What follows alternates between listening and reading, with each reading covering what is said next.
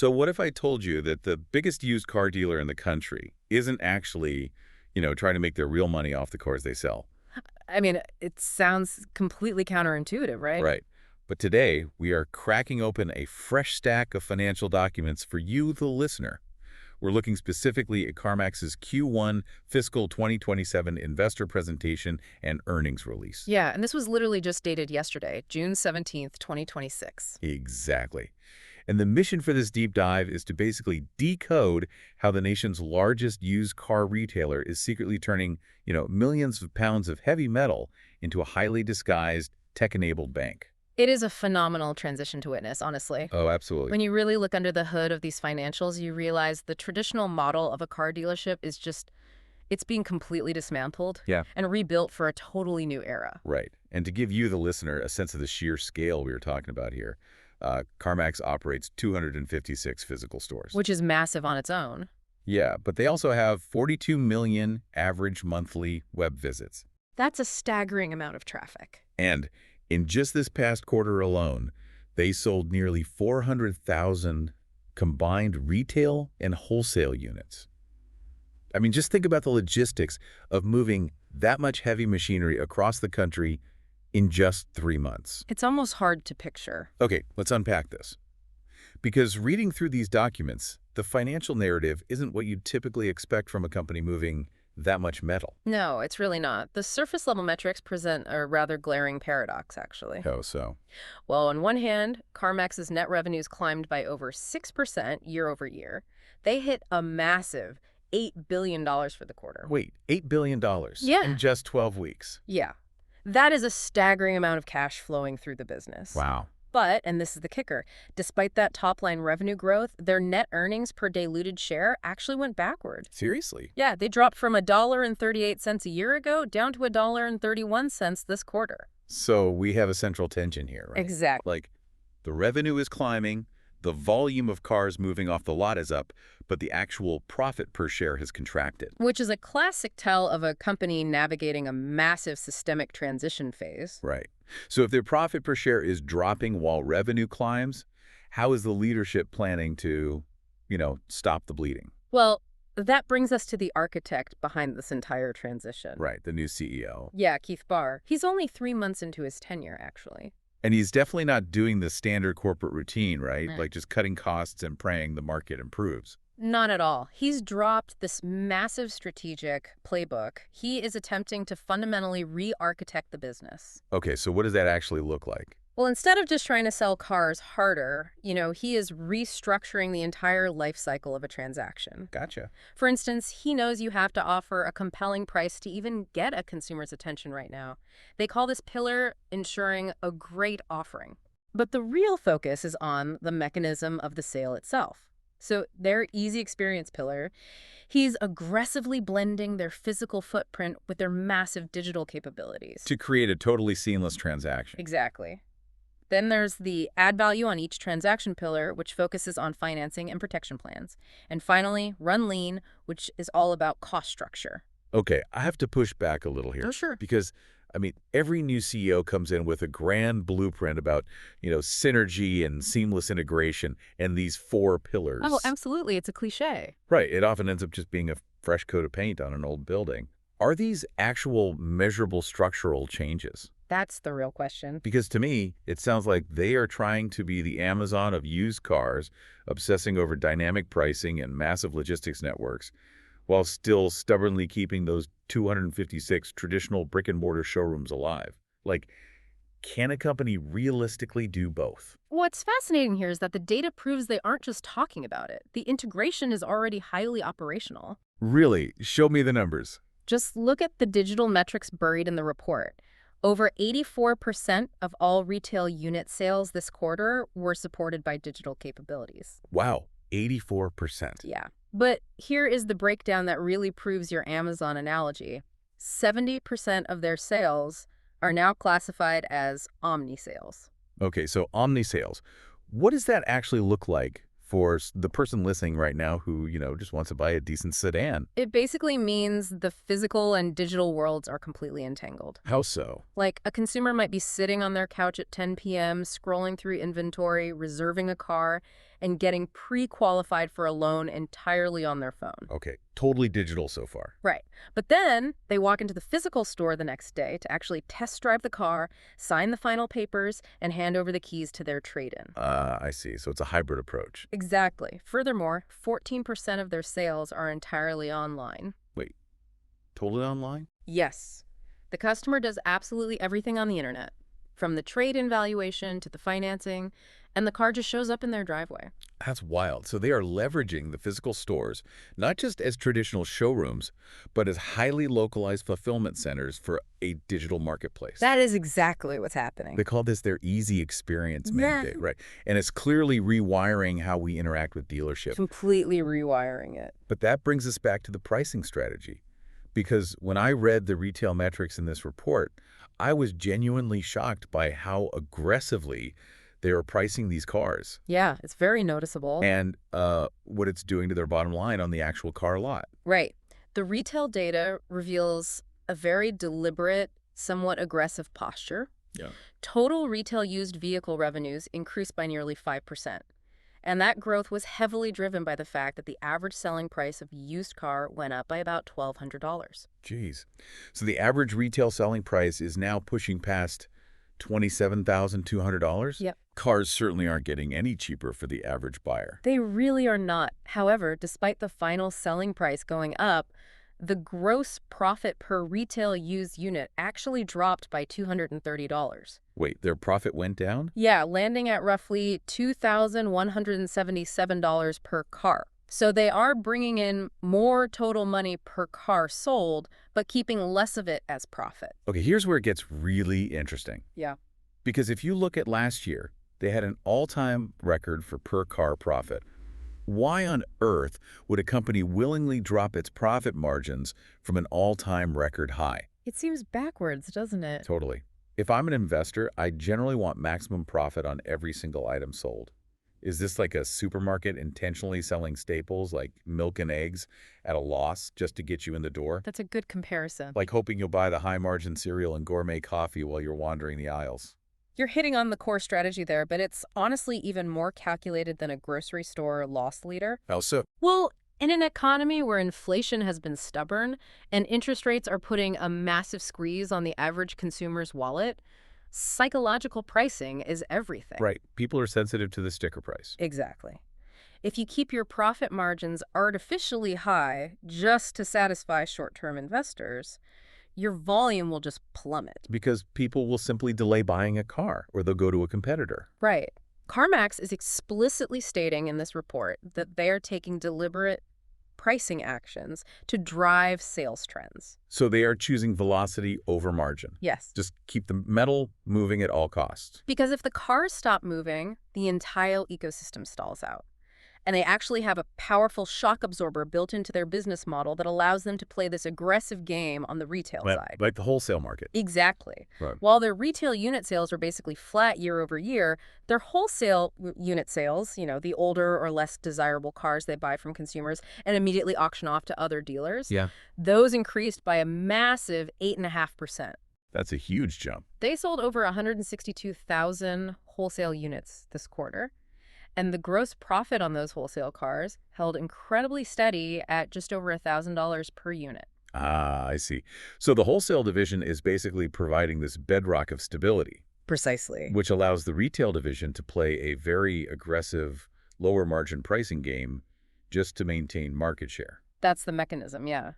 But, basic math dictates that if you are willingly making $230 less on every single retail car you sell, Right. and you're moving hundreds of thousands of them, you are bleeding a massive amount of cash from your operating margins. Yeah, that adds up fast. You're going to have to patch that hole somewhere else just to survive. Which brings us to the operational reality of running a company this size. They just have to run leaner. They have to. And to understand the massive scale of their operations, the report notes that CarMax bought over 320,000 vehicles from consumers and dealers just this quarter. Which is actually down slightly by about 4.4%. Still, that requires an army of appraisers, an entire logistics fleet, and a massive reconditioning infrastructure just to inspect and clean the cars. Absolutely. But the real story management is pitching to investors is how they are handling their SG&A, their selling, general, and administrative expenses.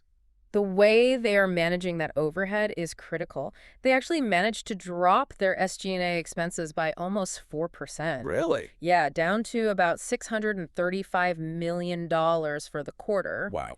And because they reduced those expenses while simultaneously growing the total number of units moving through the system, they achieved what they call massive SG&A leverage. Okay, yeah, I was looking at this phrase SG&A leverage in their cost-cutting section. It's a key term for them. If I'm understanding this right, it basically just means they're taking their fixed costs, things like corporate salaries, real estate leases, the electricity to keep the lights on, Right. and they're spreading them out over a much larger number of cars. Is that the gist? You've got it perfectly. Because the volume of cars went up while the overhead went down, they essentially saved $118 per total unit in administrative costs. That is significant. It brings their per unit overhead down to about $1,600.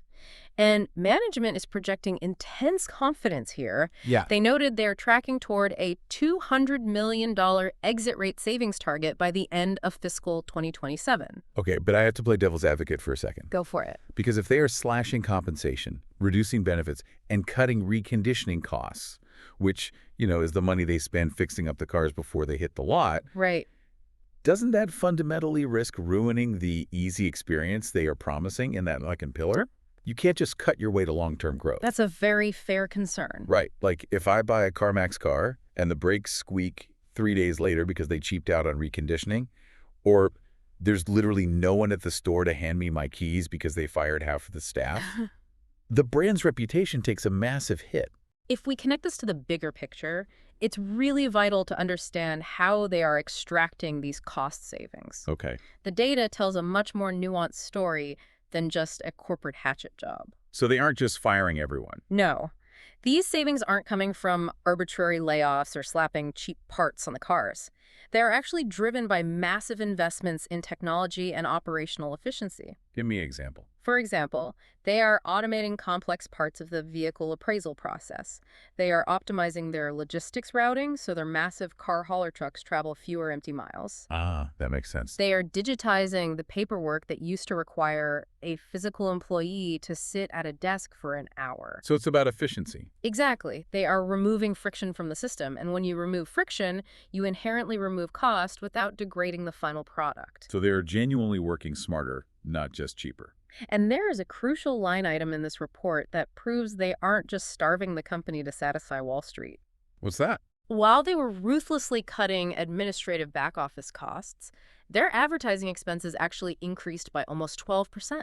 Oh, wow. Yeah, hitting nearly $76 million for the quarter. Okay, so they are trimming the fat in the back office, but they are actively shoveling coal into the marketing engine. Yes.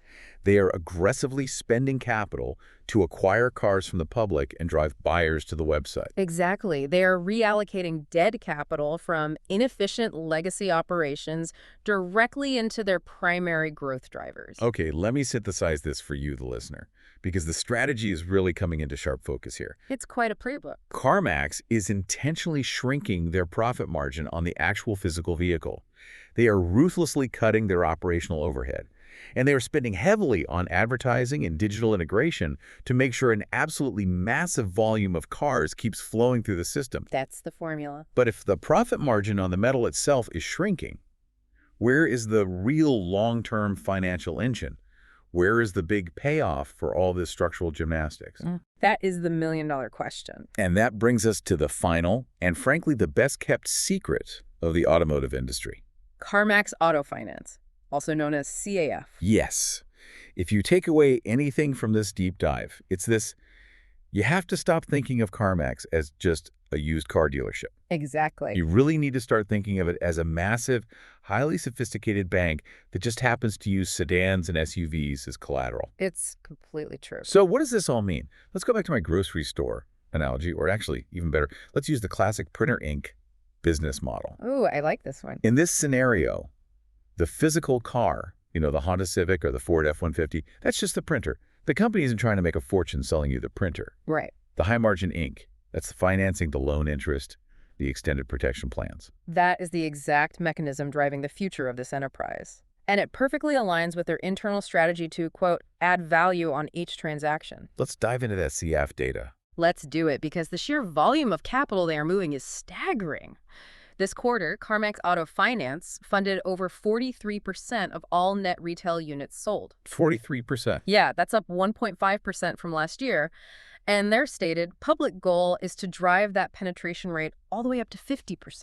So they want half of all the cars they sell to be financed completely in-house. Exactly. Mm. And just in this one quarter, the CF division generated over $140 million in pure income. That is wild. But what is truly revealing about their strategy isn't just how much they are lending, but who they are lending to. What do you mean? Well, the report details their deliberate expansion into what they call the full credit spectrum. Okay. Historically, captive finance arms at dealerships might only want the safest top-tier borrowers. Sure, low risk. CarMax, however, is actively targeting lower credit buyers. In fact, they specifically noted they were the largest lender for subprime lower credit borrowers during the entire quarter. Wait, hold on. They are intentionally expanding into lower-tier subprime credit. Yes, they are. In an economy with persistent inflation and elevated interest rates, isn't taking on a massive amount of default risk incredibly dangerous just to hit that 50% financing goal? I mean, it sounds like a recipe for disaster until you examine how they structure their capital behind the scenes. Okay, how are they doing it? CarMax isn't actually holding all of that subprime risk on their own balance sheet. Ah, The report explicitly mentions that CarMax is a highly established issuer of asset-backed securitizations, or ABS. They have actually issued over $90 billion in these securitizations since 1999. okay, so the report mentions asset-backed securitization, and I want to make sure I'm wrapping my head around this for the listener. Sure. Is this essentially where CarMax originates, say, 1,000 individual car loans? Yep. And instead of waiting 5 years for those everyday customers to pay them back with interest, Right. CarMax bundles all those loans together into one giant package like a security and sells it to institutional investors on Wall Street. You have the mechanics exactly right. So Wall Street gets the slow, steady stream of ARIS payments, and CarMax gets a giant lump sum of cash up front to go buy more cars and write more loans. Precisely. They originate the loan, take their immediate cut, and basically pass the long-term risk onto the broader financial market. That is brilliant. And the report highlights a critical new development here.